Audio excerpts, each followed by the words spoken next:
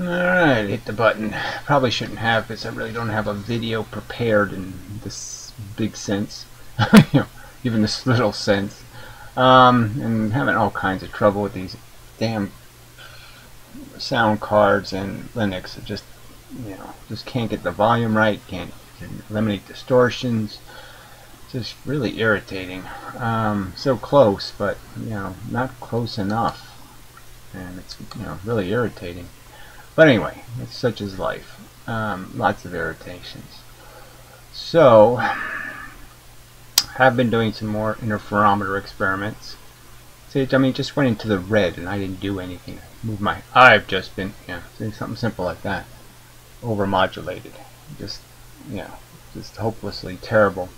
Anyway, and it shouldn't be. I mean, I got standard equipment here. It should be able to record a standard recording. I mean, frickin' standalone cameras can handle it. My damn computer should be able to handle it.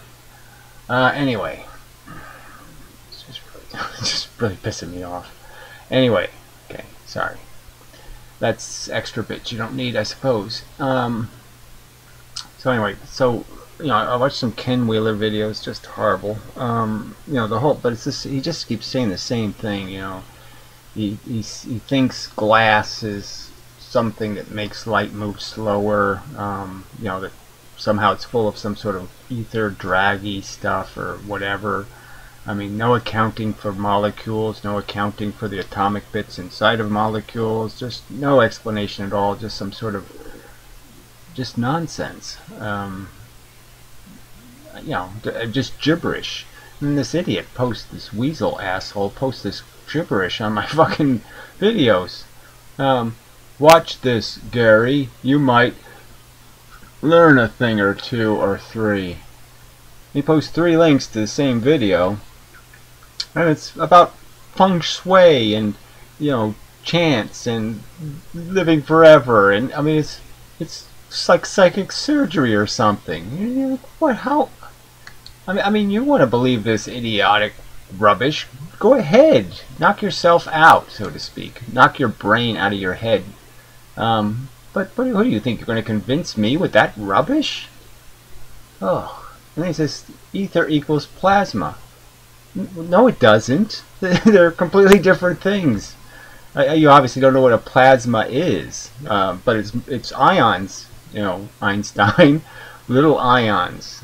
Okay, little bits of half atoms. And they're being sort of in a condition where they're being harassed, and therefore they're producing photons, and then you can see them. So you're seeing ions, but it's not the same as ether. Oh God! And then this idiotic statement, Gary, your heart creates electromagnetic pulse. Well, your heart doesn't actually create it, idiot. That's why they have to put like a pacemaker on people, is because it's a whole little other organ that actually creates the electric charge. It's not technically your heart, but whatever. Yeah, it's electric current. It's not some pulse thing. It doesn't pump anything. Well, obviously what it does is it creates ions again, and the ions cause a contraction in the muscle fibers, and that pumps your blood, retard. Your heart moves your blood through your body in a similar fashion as a bullet train. Again, how so? How is it anything like a similar fashion? How does the train use the contraction of muscle fibers? I mean, you're just too stupid. Where is the source of the AMP? It's like asking, where's the source of the electric eel's electricity? Yes, chemistry creates ions. It can happen. That's what batteries do and stuff. So the fact that you can create electricity with chemistry is hardly something miraculous. Go ask a doctor and he'll explain it to you. What the exact chemistry is that creates the voltage potential. But, I mean, what do you think it is? Magic? Elfin magic? The Keebler village or something creates the pulse of electricity that keeps your heart beating? I mean, just so fucking stupid. Just go away. I'll just block the idiot. I mean, this is just nonsense. Oh, I think I did the wrong thing again. Oh, God. No, don't always approve. No. Always say, fuck you. Alright. So this person says, if light is waves, how does different colors defined by different wavelengths reach the eye at the same time from far away if all photons travel at a constant speed? Yeah, well, there's no point in asking any questions because they're not required to provide any specifics. So that's the whole problem here, is that they don't have to have a specific model, so you can't challenge it at all. They just say it's some sort of field perturbation. And no, that's all I have to say. I just have to say field perturbation, and we're done. You know, blah blah blah. It goes this way and it goes that way, and that's what it does, and blah blah blah. We're done. There's no physics involved. I mean, it's not like I have to explain any kind of physical phenomenon at all, and that's satisfactory for all these people. So yeah, there's no having to explain it, and therefore, yeah. You can ask questions all you want, but they'll never answer any of them. So it's a futile pursuit. And all you can do is try to rationally point out how they don't have evidence for their phantasmagorical mush. So, you know, sort of, I mean, this whole idea of what light is doing is very interesting. Photons are very interesting. A piece of glass is very interesting. And this, you know, we can feel its density. We know it's a thick, hard thing, you know. And obviously it does this transmission thing, you know, it transmits the photons accurately from, they hit one side at a certain angle and they come out the other side representing that angle substantially. And, you know, at least in the same proportions. Proportions probably not the right word, ratios. You know, the angles are all consistently bent, or you know, it can be bent in a consistent manner depending on the shape of the glass. You know, but it's a transmission medium. I mean, people don't really think that it's transparent. Like there's no stuff in the glass. The glass is clear, therefore there's no mass to it, no stuff, no atoms, nothing. The stuff is just going straight through, completely, you know, like it was full of empty space. I mean, you can feel it, you can tell it's not empty space. I mean, it's a physical material thing. It's not even as squishable as a piece of popcorn. It's really hard. It's obviously doesn't have a whole lot of space in it, as much space in it as other things.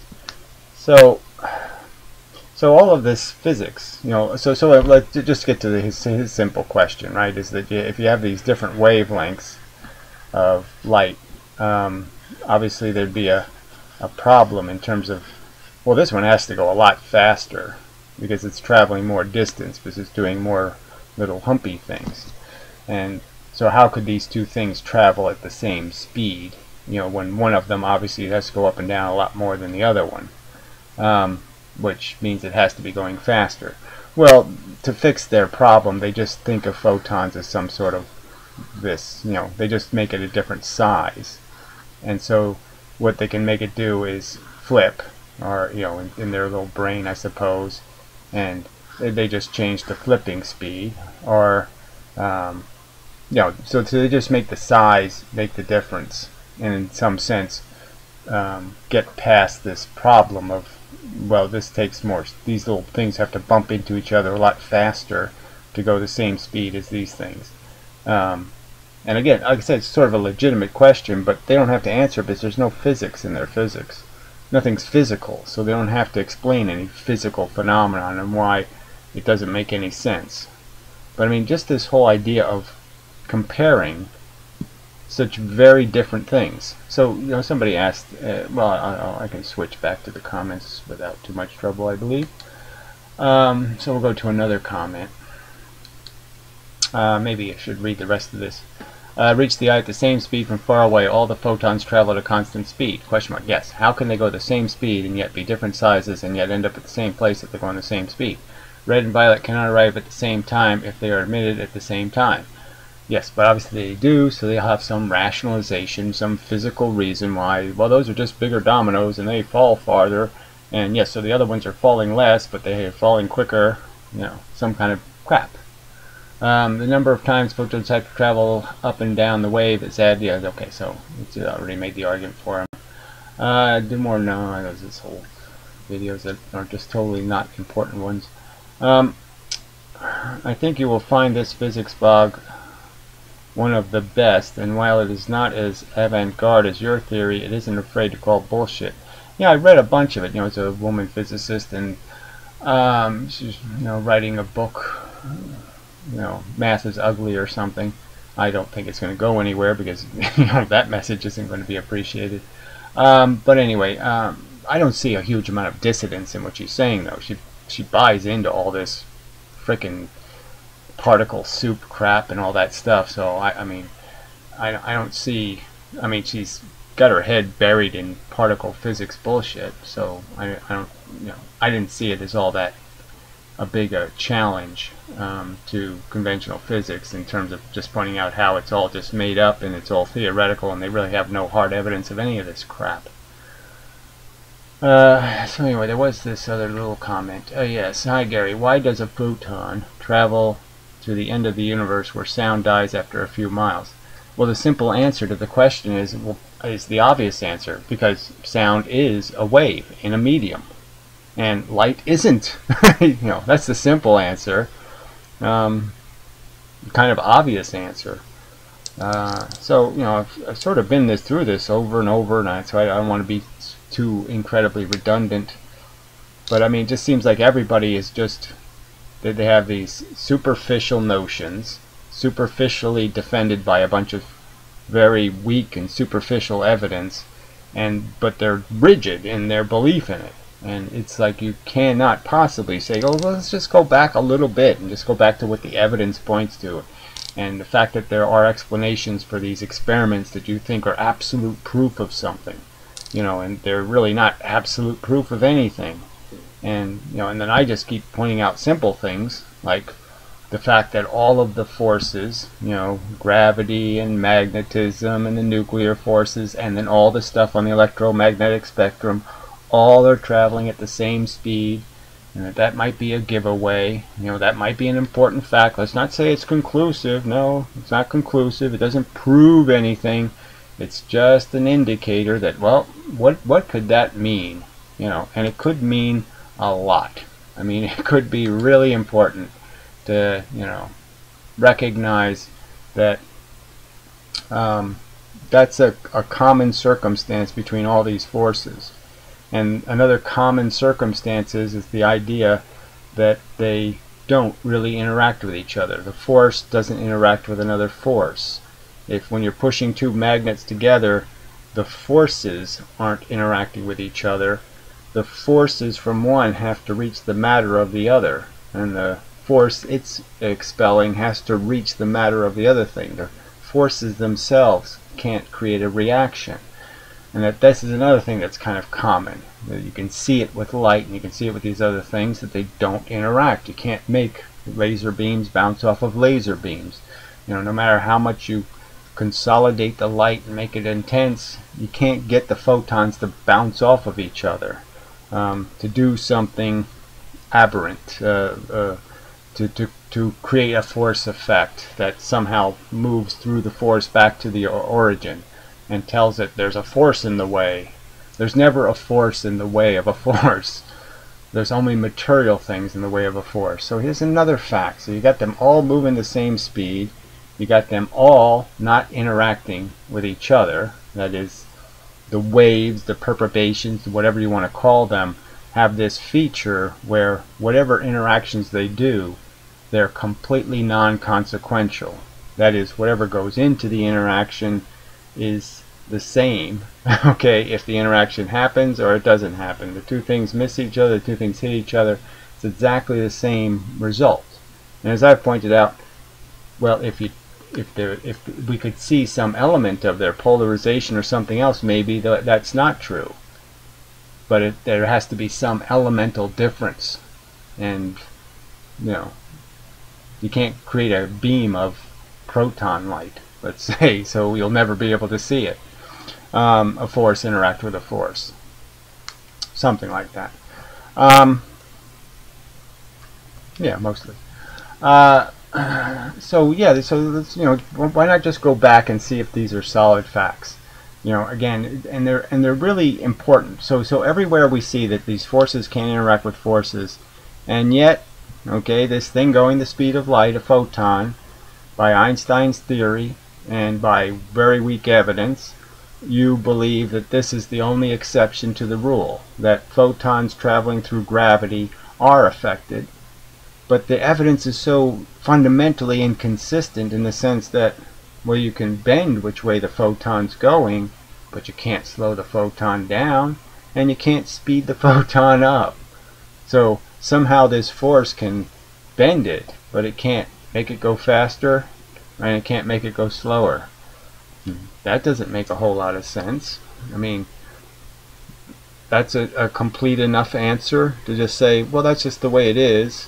We don't need to think any further on that subject, or even, be fair and say that, yeah, we do have kind of shabby evidence. I mean, there's lots of places in the universe we know there's a lot of gravity, and there's a lot of empty space, and yet we don't see any lensing at all. I mean, if you're going to take seriously their images, they have just as much imagery that says it's not working, lensing, as they have evidence saying it does. I mean, you can bring up the thing they found in the center of the Milky Way, where there's a couple of stars rotating around some heavy, massive object, something with a lot of gravity, and yet those stars actually move behind the gravitational object, and their light isn't distorted at all, no lensing whatsoever, and they're really close to their strong gravity, so they're in an awful lot of gravity to, because it's bending it into a very tight orbit, so there's a ton of gravity, and yet there's absolutely no lensing of those photons. It doesn't mathematically make sense, and yet people just, well, so what? That's just, that's not important evidence. The important evidence is the evidence for it. The evidence against it is unimportant. Isn't that all you people are constantly doing? You have a bizarre experiments like, what's his name? Oh God, this pulling names. The stupid entanglement experiment, the famous one. Because he got past whatever guy, the mathematical guy's, intolerance theory or whatever. Oh, how can I not remember his name? But anyway. So it's an experiment that happens in the 80s. Nobody really repeats it. It's got some special kind of beam splitter that rotates, which, that doesn't sound like a problem at all. And it says that we can basically measure a photon over a 15-meter span, and we saw this photon, and then we saw the same exact photon over here. It has lots of stuff built into it. Has bad premises. Not a really great experiment in the sense of, all these assumptions have to be built into the results of the experiment, just kind of like interferometers and stuff, where they just kind of say, we know that it's interference, we know that the photon is breaking in two and it's recombining wrong, and that's creating the pattern. Now, even though you can point out that there's a whole bunch of evidence that that's not exactly how the device works, that it's a lot more complicated than that, that it has to do with diffracting the light, and then the light internally reflecting inside a layer, and all that stuff is playing a role in creating this pattern. It's not just some sort of, well, we took a photon and we magically broke it into two and it went two different directions, and then when it came back to meet each other they weren't meeting it the same way, and that's the interference is created by that.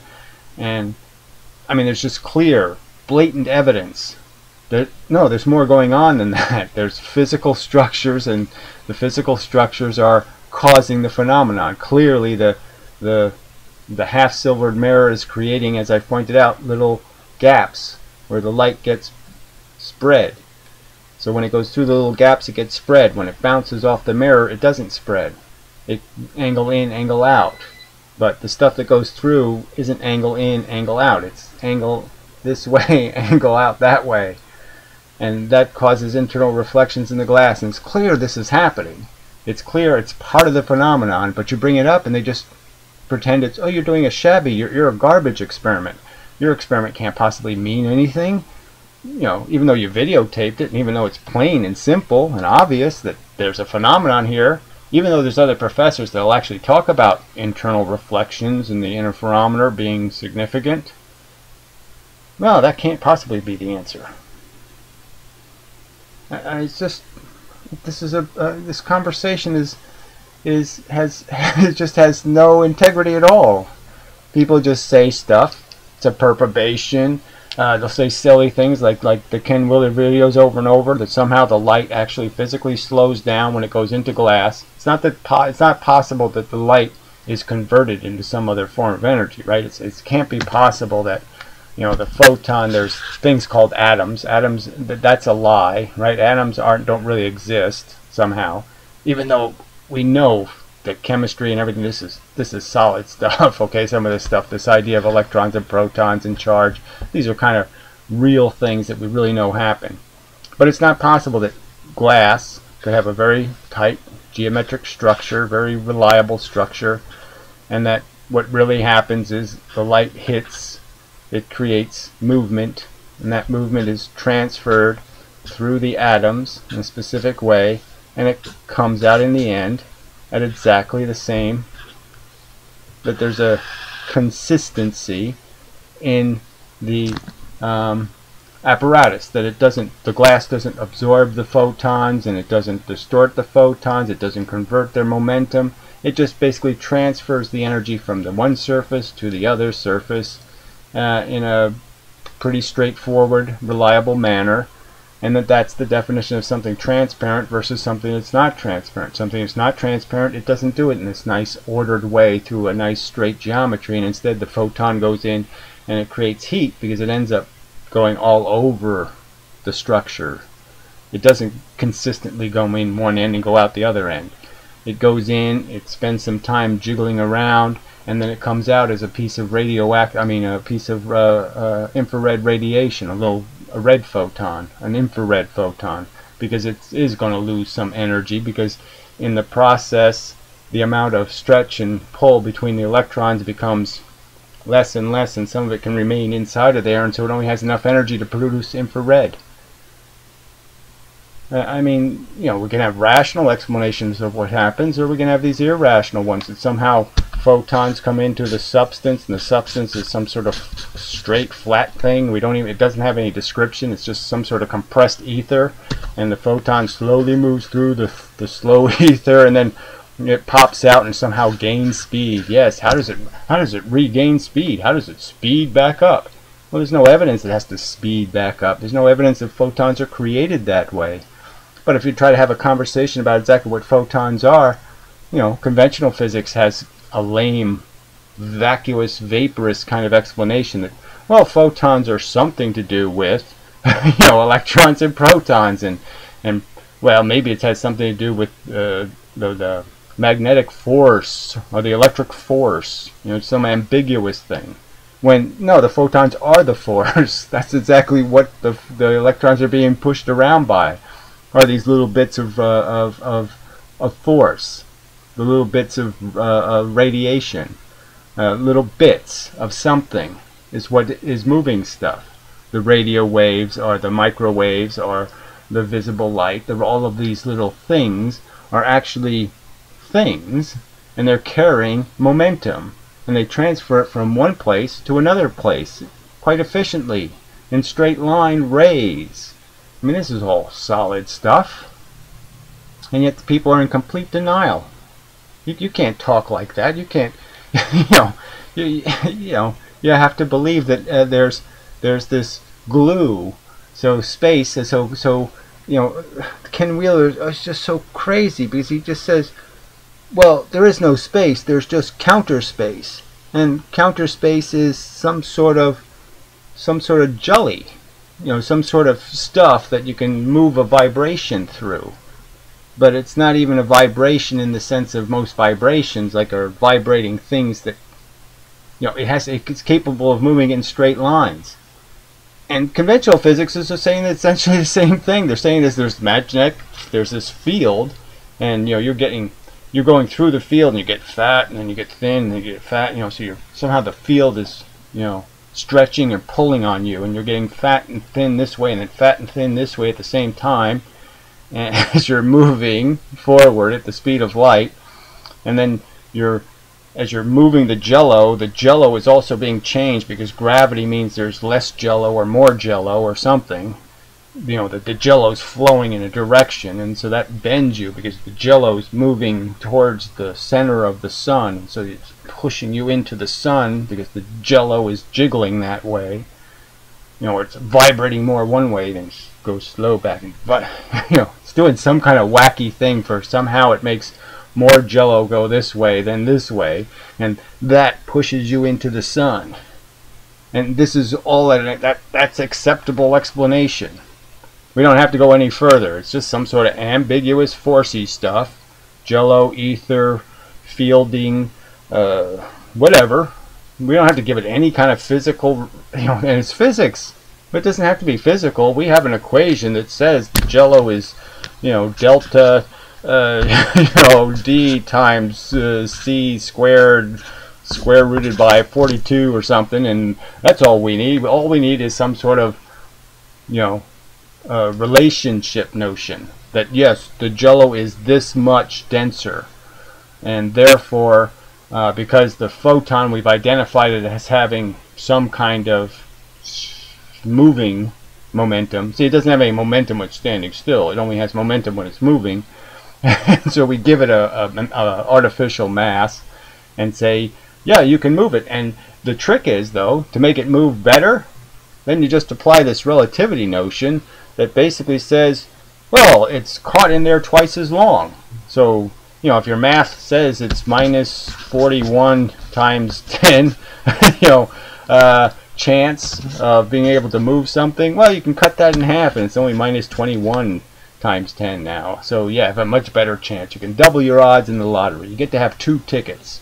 You know, Einstein's theory was basically, oh, fuck this 1 ticket thing. I'll give you 2 tickets to the lottery. I'll double your chance.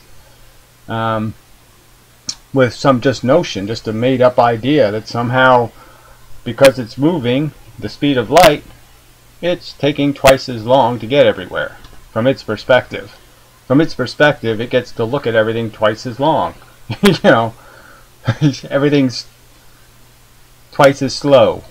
You know, that this turns into, oh yeah, I can see that. I can even read it now. You know, and it's just made up. There's no hard evidence that any of this stuff really happens.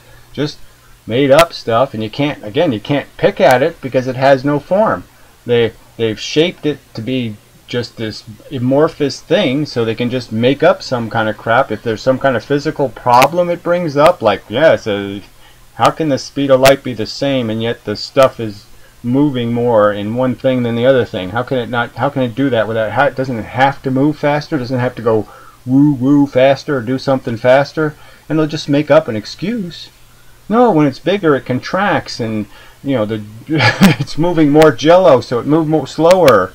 You know, to compensate for the fact that it's moving faster. So in the end, it moves the same speed because the jello is making it move slower, but it's moving faster, so it all evens out. So they just make up a rationalization, a big pile of shit. You know,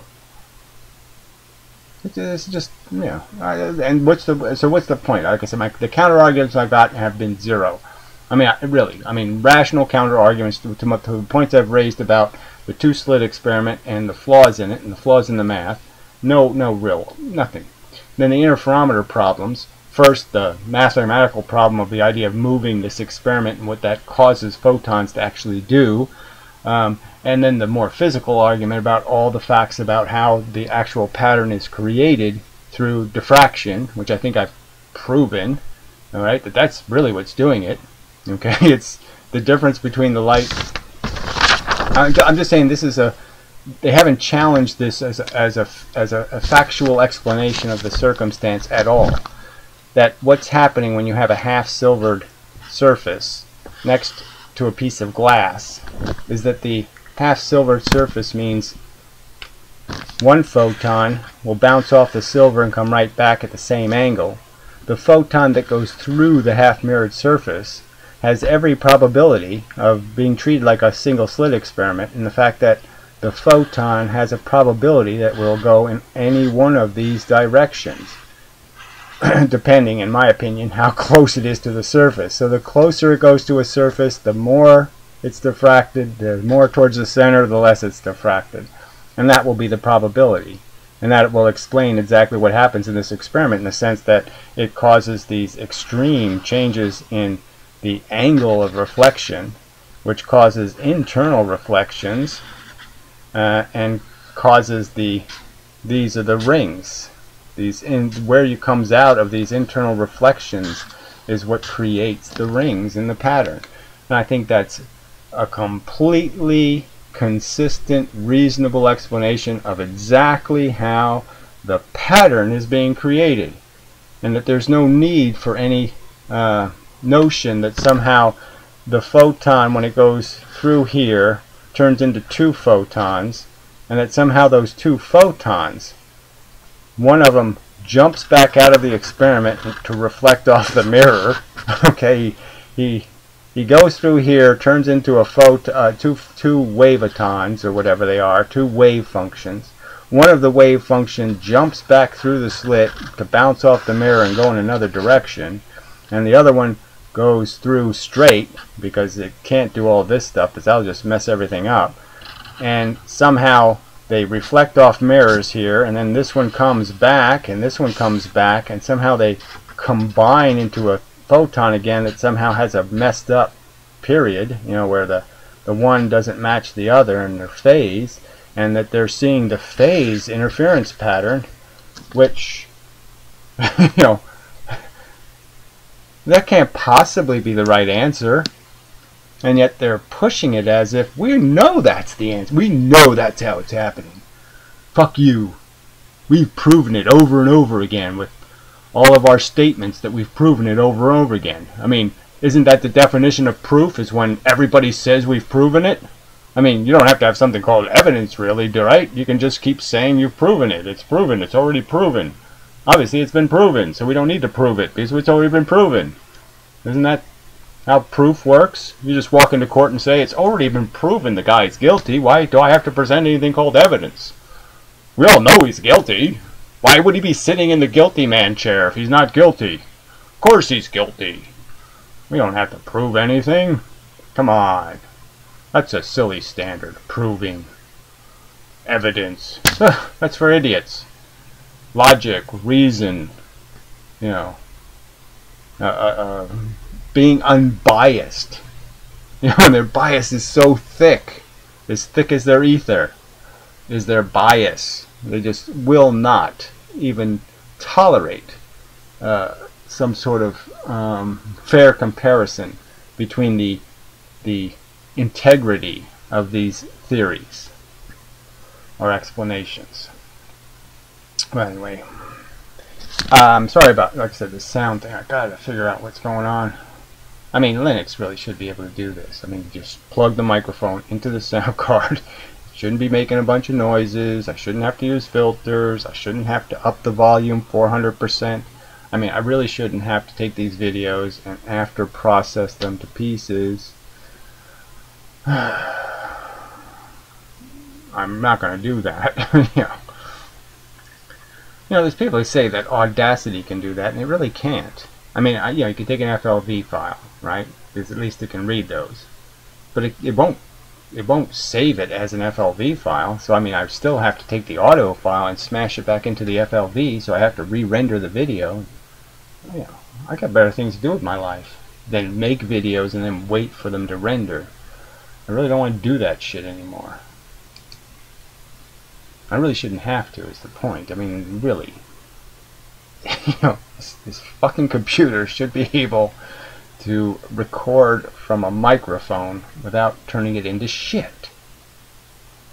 Anyway.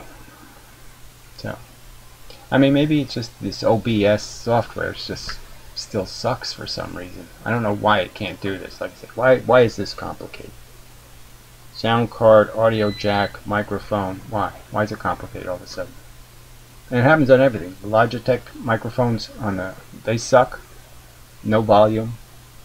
You know, then you up the volume and you get distortion. I mean, it's stupid. Shouldn't be.